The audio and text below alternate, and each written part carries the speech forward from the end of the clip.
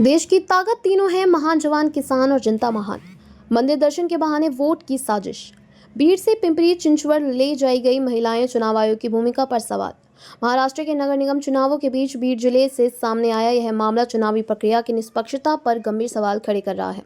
भीड़ की एक महिला ने आरोप लगाया है कि उससे और कई अन्य महिलाओं को धार्मिक यात्रा और स्वयं सहायता समूह SHG की बैठक का झांसा देकर दूसरे जिले में वोट डलवाने ले जाया गया। महिला के मुताबिक यह घटना 15 जनवरी यानी मतदान के दिन की है, जब भीड़ जिले से करीब 4 बसों में भरकर महिलाओं को पिंपरी चिंचवड़ पहुंचाया गया। शिकायतकर्ता महिला, जो भीड़ के गेवराई तालुका की निवासी है, ने बताया कि उसे मतदान की कोई पूर्व जानकारी नहीं थी। उससे कहा गया था कि पुणे जिले के जेजुरी स्थित खंडोवा मंदिर में स्वयं सहायता समूह की बैठक रखी गई है। इसी बहाने महिलाओं को बसों में बैठाया गया। महिला के अनुसार अधिकांश महिलाएं ग्रामीण पृष्ठभूमि से थीं और कई को यह भी नहीं पता था कि वह किसी दूसरे जिले में चुनावी प्रक्रिया का हिस्सा बनने जा रही हैं। महिला का दावा है कि पिंपरी चिंचवड़ पहुंचने के बाद उनसे कहा गया कि उन्हें एक खास राजनीतिक पार्टी को ही वोट देना है। आरोप है कि बस यात्रा, भोजन और अन्य व्यवस्थाओं के बदले उनसे मतदान करवाया गया।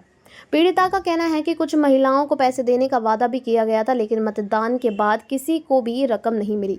शिकायतकर्ता महिला ने यह भी बताया कि मतदान के बाद पुलिस ने उसे रोक लिया, उससे पूछताछ की गई और शाम करीब 6 बजे के बाद छोड़ा गया। इस दौरान वह डरी हुई थी और उसे यह भी समझ नहीं आ रहा था कि वह किसी कानूनी परेशानी में फंस गई है या नहीं। घटना के 2 दिन बाद 17 जनवरी को महिलाओं ने भीड़ के पुलिस अध्यक्ष SP से लेकर शिकायत की। शिकायत में उसने आरोप लगाया कि इस पूरे मामले की सूत्रधार एक स्थानीय महिला है, जिसने कथित तौर पर धोखाधड़ी कर महिलाओं को भ्रमित किया।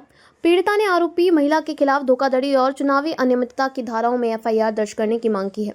चुनावी नतीजों के बीच उभरा मामला। गौरतलब है कि महाराष्ट्र में 15 जनवरी को 29 नगर निगमों की 2869 सीटों पर मतदान हुआ था। अगले दिन घोषित नतीजों में बीजेपी ने 1425 सीटें जीतकर सबसे बड़ी पार्टी का दर्जा हासिल किया।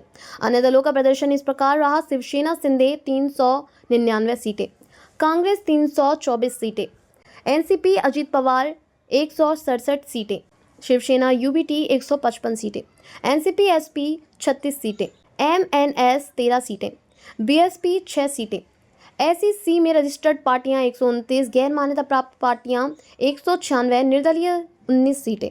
इन नतीजों के साथ ही BMC में भाजपा शिवसेना शिंदे गठबंधन ने उद्धव ठाकरे गुट का लगभग 30 साल पुराना वर्चस्व खत्म कर दिया।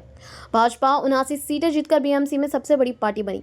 चुनावी हार के बाद शिवसेना UBT नेता संजय राउत ने एकनाथ शिंदे पर हमला बोलते हुए उन्हें शिवसेना का जयचंद बताया और कहा कि यदि शिंदे ऐसा नहीं करते तो भाजपा को मुंबई में कभी मेयर नहीं मिलता। भीड़ से सामने आए इस मामले ने राज्य चुनाव आयोग, स्थानीय प्रशासन और पुलिस की भूमिका पर भी सवाल खड़े कर दिए हैं। विपक्षी दलों का कहना है कि यदि आरोप सही साबित होते हैं तो यह संगठित वोट मैनेजमेंट और मतदाताओं की तस्करी जैसा गंभीर अपराध है।